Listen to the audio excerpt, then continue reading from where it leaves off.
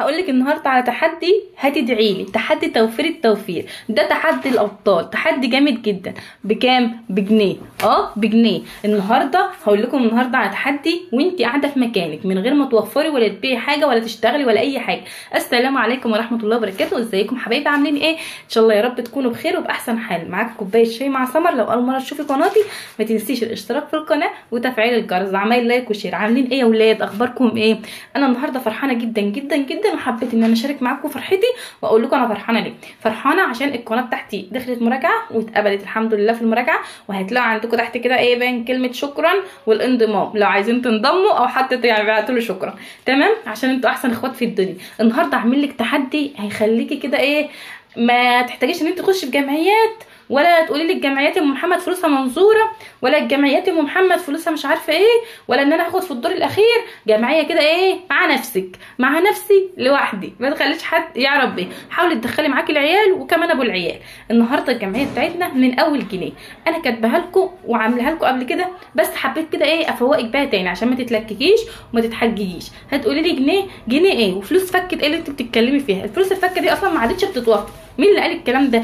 كل واحد يا حبايب قلبي زي ما قلت لكم قبل كده، كل دار ولها مدار، وكل واحده فينا على قد تصرفها. في اللي مقدرتها جنيه في اليوم وفي اللي مقدرتها 100 جنيه، وربنا يوسع عليكم ويرزقكم من وسع. هقول لكم النهارده باذن الله التحدي بتاعنا حلو جدا. طيب التحدي بتاعك ده يا محمد انا هعمله ليه؟ التحدي ده تعمليه عشان عندك هدف واصرار وحزيمه وتحدي. يلا اكتبوا تحت في الكومنتات يا بنات جاهزين، وصلوا على النبي في الكومنتات. واللي انت بتشوفيني منين؟ بتشوفيني من انهي محافظات؟ طب من انهي بلد؟ اكتبي لي تحت في الكومنتات عشان عيلتي ان شاء الله تكبر بيكم. ربنا يجازيكم خير ويفتح عليكم ويوسع عليكم يا رب. النهارده الفيديو بتاعنا كله طاقه ايجابيه.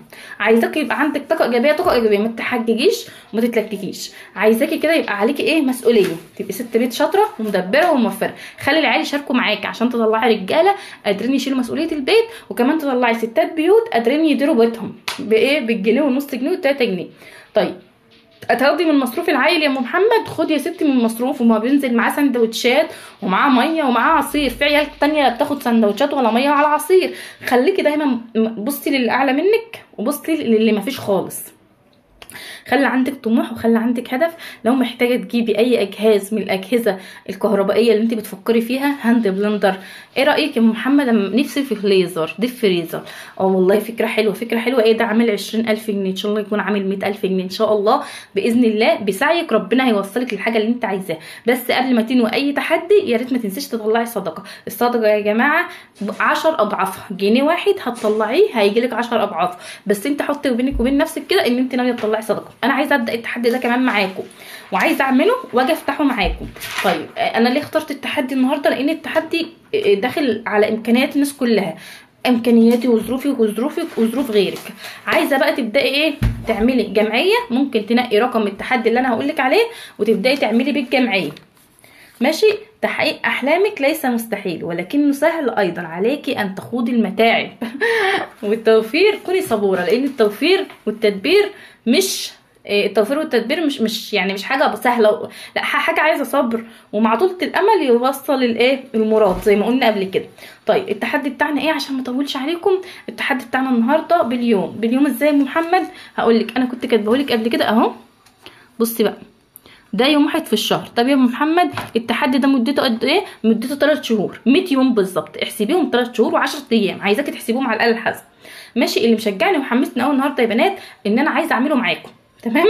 وهنبدا ناخد. طيب اروح بقى اجيب حصاله يا محمد ب 70 80 جنيه؟ لا، نتصرف. اي حاجه عندك في البيت، كرتونه، علبه، برطمان، ان شاء الله يكون شراب، اي حاجه قديمه عندك في البيت وابداي حوشي بيه. طيب هتبداي بالارقام الكبيره ولا بالارقام الصغيره؟ دي حاجه ترجع لك. الارقام الكبيره اكبر رقم عندنا 100 جنيه. ممكن ان انت تحطي 100 جنيه في اليوم، ماشي؟ وممكن ان انت تقسمي الارقام الكبيره على يومين او 3 بس كده. التحدي هيطول معاكي شويه. تمام؟ انا جبت البرطمان ده بتاعنا النهارده اهو. تمام؟ برطمان ازاز عادي عندي، كان بتاع مربى عادي خالص. وايه، وقمت جايه بقى ايه لازقه عليه كده بلزق التحدي بتاعنا. ودي بقى سكرين شوت اهو. بصوا عندكم من اول 1 و2 و3 جنيه و4 جنيه. طب التحدي بتاعنا بكام يا محمد؟ ب5050 جنيه اهو. شوفوا الارقام اهي. شوفوا الارقام بصوا يا جماعه، هنا بقى 39 و38 و37 و40 و50 و60. عايزه اقول لك ان من فلوس الفكه ديت ما تخليش حد يحبطك. ادي لنفسك طاقه ايجابيه، ما تتلجكيش وتحججي.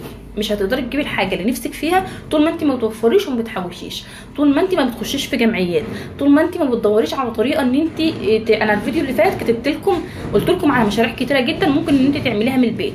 طول ما انت ما بتشيليش قرش على جنب يسندك للزمن، صدقيني مش هتعرفي تعملي حاجه. لازم تبداي باقل امكانياتك، الامكانيات المتاحه عندك.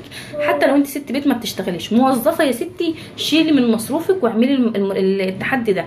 5000 جنيه في 3 شهور، يعني ممكن تعملي 15000 جنيه في السنه من الفلوس الفكه. جنيه على جنيه على جنيه هيعمل 10000 جنيه و5000 جنيه و50000 جنيه. لو حابه تجيبي ديب فريزر، حابه تجيبي هاند بلندر، حابه تجيبي خزين رمضان، حاجه رمضان، اكل وشرب وجوز هند وزبيب وتمر هندي وحاجات من ديت.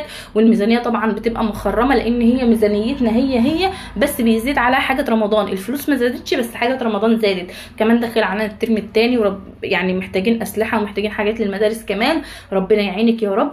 فتقدري ان انت توظفي الحاجات اللي انت بتقولي عليها ديت في اي حاجه. يعني انا مثلا لو انا مشيت على التحدي ده يا بنات 2.5 شهور اللي هم فاضلين على رمضان، لو مشيت 2.5 شهور اللي هم فاضلين على رمضان، ممكن تجيبي اي حاجه انت نفسك فيها، ماشي؟ او اي حاجه للبيت، كسوه لعيالك، تخشي. طيب انا مش عايزه اعمل التحدي ده، مش مشكله، ما تعملهوش. اختاري لي اي رقم من الارقام اللي انت شايفاها دي، مثلا 30، ماشي؟ حط لي كل يوم 30 جنيه في الحصاله، ب 1000 جنيه في الشهر. ب 1000 جنيه في الشهر ممكن تخشي بيهم جمعيه من 30 جنيه.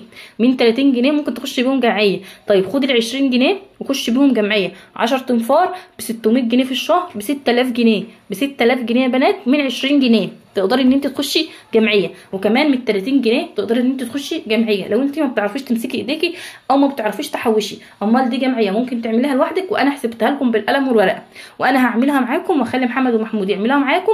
واحنا ممكن نكمل التحدي، وممكن نفتحه قبل كده. يعني انا مش هقول لكم ان انا ممكن اكمله، لا، انا ممكن افتحه قبل. اللهم صل على سيدنا محمد صلى الله عليه وسلم. ممكن افتحه قبل كده، ممكن الظروف تضطرني وافتحه قبل كده. تمام؟